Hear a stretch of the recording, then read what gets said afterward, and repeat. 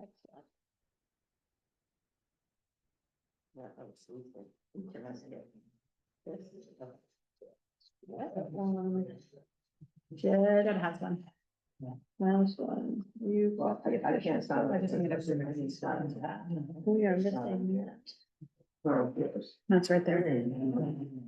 Yeah, sideways, easy for you to look at. Oh, I You guess. have, you don't know, you have. Oh, thank you. I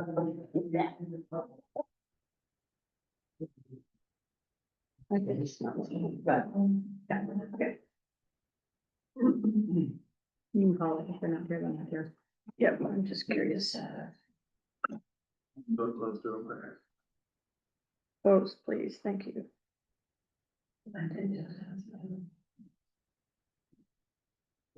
Oh, wow. Bigger. Interesting. Okay.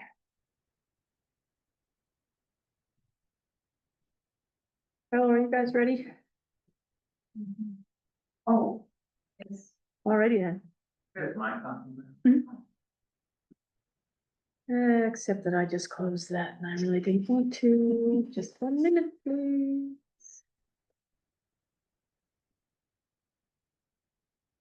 Hmm.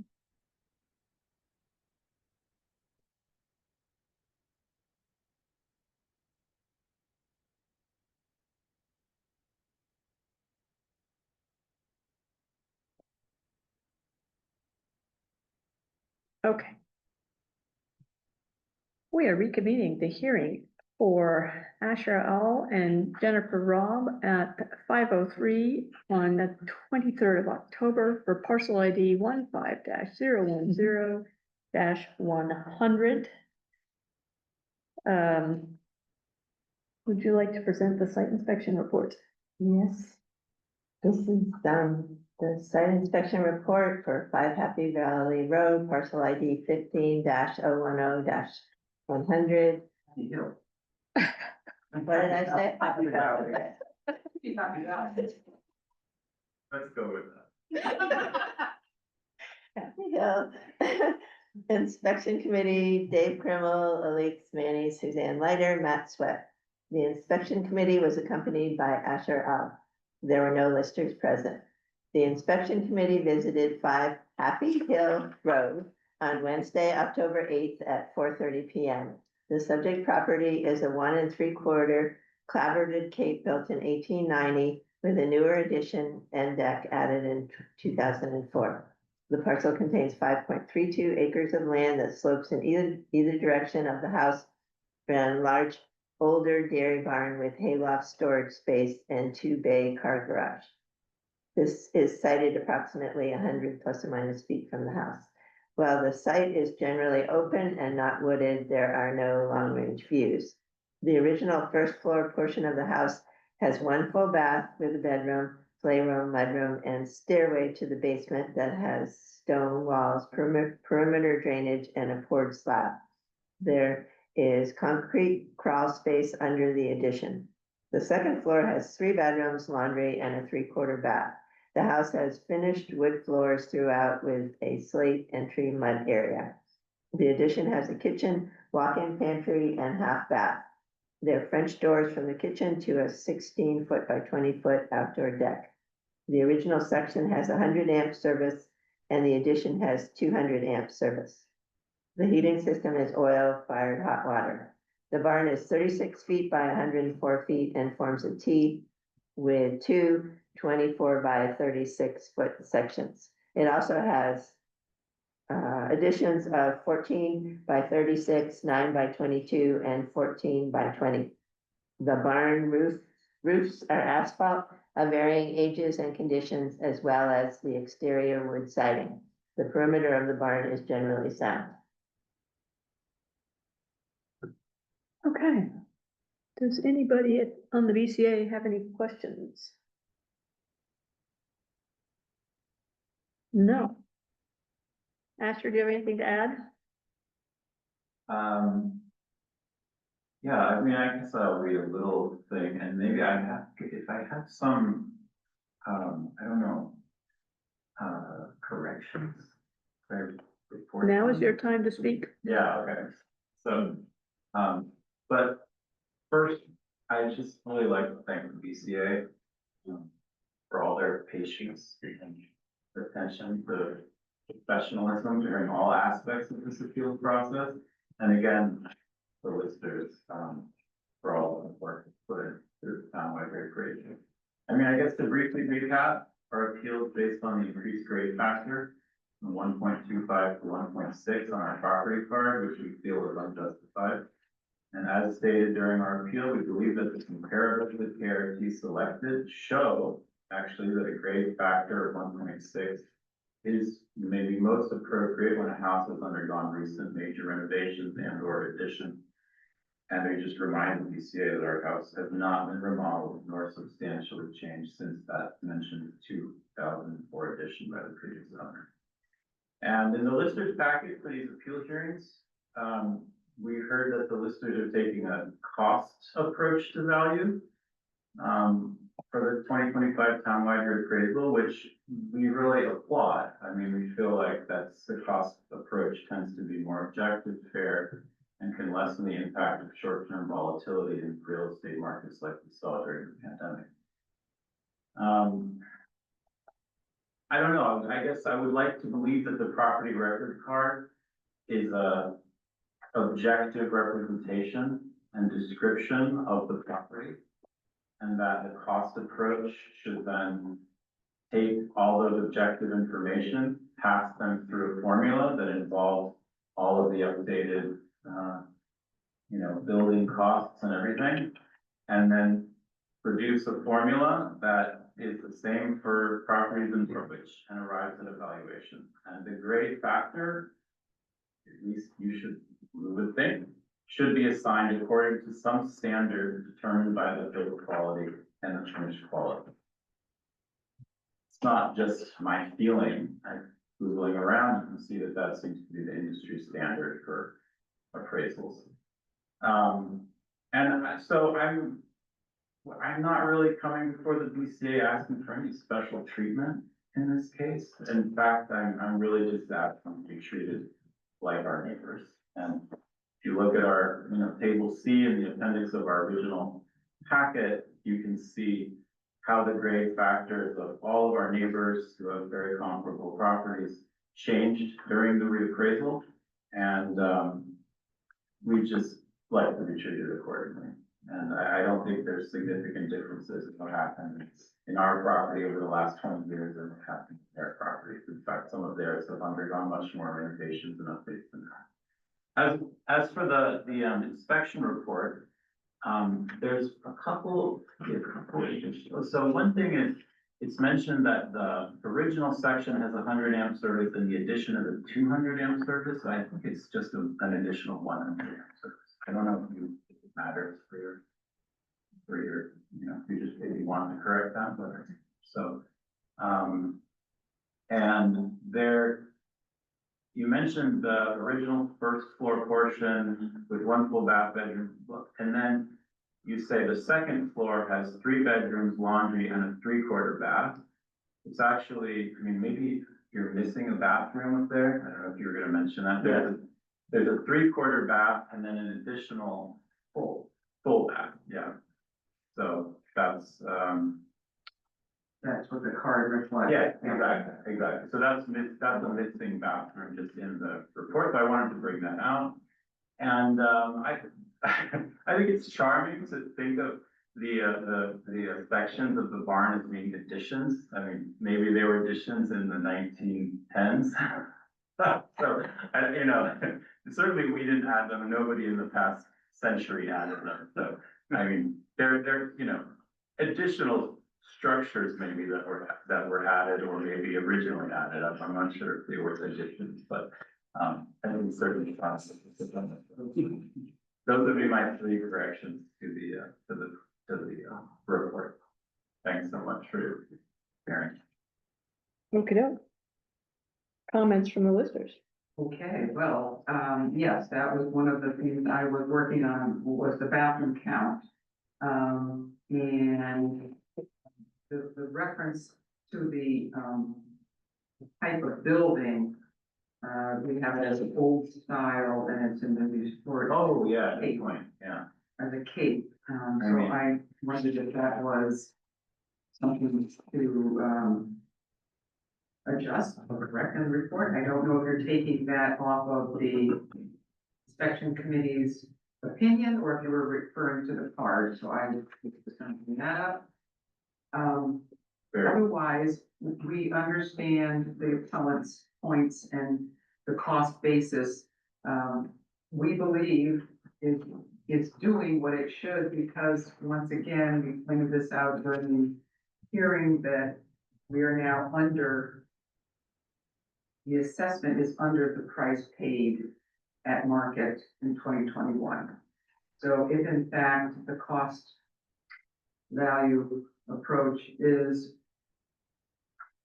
showing the correct information at the correct valuations, then we have the assessed value at $1,097,600 against a purchase price of $1,225,000. Again, sales, this one was one of them, likely in the sales analysis, drove that sales analysis report and all, so I think that's what we would just remind you of and add tonight. Thank you. On one thing, Sure. comment, about the sale price, because it's come up many times. I just remarked related to the BCA that the sale from the August 2021 is not contained within the 3-year window of sales that KRT used to determine if to train their model.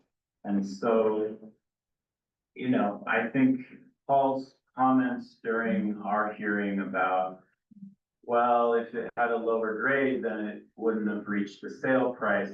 I don't see how that's relevant at all to the determination, because according to my understanding of how that model works, the only sales from that 3-year period were used to train the model, and then the, building price then is used to determine the sale, the valuation for properties that were not sold during that period. So yes, there was a sale price. I mean, we, we love our house. Like we love it. It's a beautiful house, even if it hasn't been updated in 20 years, it's a unique property. It's not for everybody. And frankly, in the midst of the extraordinary pandemic era real estate market, we were willing to overpay for it. And would we be able to recoup our initial investment in August 1st, 2025? I am doubtful, and not just doubtful. I mean, I provide, a whole page worth of comparable sales in Norwich that show that I think I, have some reasonable ability to doubt that. So, I mean, I think that is a data point. It's not one that technically should be used, and it's also, I view that it. Okay, And I will correct myself, that it was not in the sales analysis. The sales analysis went from April 1st of 22 to March 31st of 25. That's Okay. what was used for the sales Gotcha. analysis, so I was incorrect that this one was part of that. okay. I would like someone to make a motion to, accept the inspection report with the following corrections. We'll remove the sentence about the AMP service. Correct that there is a full and 3/4 bath on the second floor, and call it an old style building versus a cape. I move that we accept it. Thank you. Second, anyone? Okay. Suzanne first, Jed seconds. And at this point in time, we are going to close this hearing at 5:16 on the 23rd, and thanks for coming back. And it's been about 18 days. Oh, right, Asher, you're gonna get a decision, by certified mail in 15 days, or within 15 Within. days. Mailed within. Oh, mailed within. 15 Oh, days. that's fine. Would you also like an emailed copy? Sure. Okay. Absolutely, yeah. Statute requires that I send No, you I- a certified copy, but I can also email it. Thanks so much, everyone. You bet. This has actually been very nice. I don't know why. You put the 5-star review on Yelp. Other people who have, that hearing can really. Here's the lights. All this is very, it felt very nice. I thought the baby- No, really, tell your friends it would be fun to be a justice of the peace, because that is the lowest key job you can have here. Oh, yeah. Until 5:30. No, I think it's 5:15. I was just trying to find my minutes. Is this one or the next? They're This both is the next together, one. so grab. Oh, it's 5:15. I know because I was. No, I remember that. Yep. I'll never believe that I have enough moments. It's 6:30. No. The witch book again or another? No, this Okay, is, there. Books are yeah, this is reading. Ulysses, Oh, God. but not mine. Good luck. It goes until August. I'm not surprised. All right. So this is supplemental stuff that Andrew sent from this. Guys, this is supplemental. Yeah. And we don't deliberate. Hey, what am I- Do we have one for us? Yeah, take a set. Oh, I left one for them on the table. Okay. I'm actually gonna use those because I'm taking notes on these, but I also. I can't do that. Well, I've got several more copies here. I've got like 3 more. Oh, This did was we just submitted get- from, attorney. Oh, sweet. Okay, Or should I thank you. throw it in the? No, I mean, you can, Okay, I'll- no, I'll take it. Thank you. Thank you. Because we didn't have enough paperwork? Correct. Correct. Okay, and there's one from the attorney that's floating over there that you should get a copy of. This is Yep, today. take, yep. Yeah. Okay, then. That- Oh, boo. Is everybody ready, or do you want a chance to read all that first? Be reading. All right, then. I think. So we are reopening the hearing at 5:19 on the 23rd of 10 for the Victor P. LLC appeal, parcel ID 11-068.000. Jed, if you'd like to present the site inspection, that would be great. The inspection committee was Elise Manny, Jedediah Baker, Emily Shearer, and Suzanne Leiter. Right, yes. Appellants Sunny Payson and Jeremy Campbell were present during the inspection. They were no visitors present. The inspection committee visited 694 Goodrich Four Corners Road on October 8th at 5:30 PM. The subject property contains 71.5 acres plus a barn, a pole barn, and a 6,752 square foot 2-story plus attic space, clapboard colonial structure spread across a hilltop and accessible by a long driveway. The main structure is an 1800 center chimney colonial that was moved to the property in 2000. Attachment are additions and a 3-bay garage. The house has 15 rooms, 6 fireplaces, 5 bedrooms, 4 full, 1 3/4 bath, 3 halves. The portion of the attic that is finished is 848 square feet. The enlargement is modestly finished. Does anybody on the BCA have a question for either the litigants or the appellant? I'll take that as a no. Andrew, you're up. Okay, sounds good. I hope everybody received our brief I comment. just handed it out, so if you Okay. would like to talk about it, you may. I'll just take, I know this time is limited, so I'll very briefly go through these. We just want to again, point out that, when they purchased, when my clients purchased the property in 2019, for 1.8, ish, that aligns very closely with, what the county assessed it at that time. I understand that that assessment, was based on the 2016 data, the previous, third party, lister and you had that come up with, but we just, the price then reflected the fair market value that the town had assessed it then. And though we're in a new regime with new data, new land schedules, new depreciation tables now, it doesn't track for us that the value almost doubled in this reassessment. we're still digesting this, so forgive me if I don't, if we don't have all of these, but no material changes were made. Between, the 2013 reappraisal and the 2025 reappraisal. Sunny and Jeremy haven't undertaken any interior changes, and the prior owners, did either based on their, disclosure report from the closing of that, purchase in 2019. The effective year is 2004, not 2005. We based that on the points that we outlined in the letter. We can substantiate that.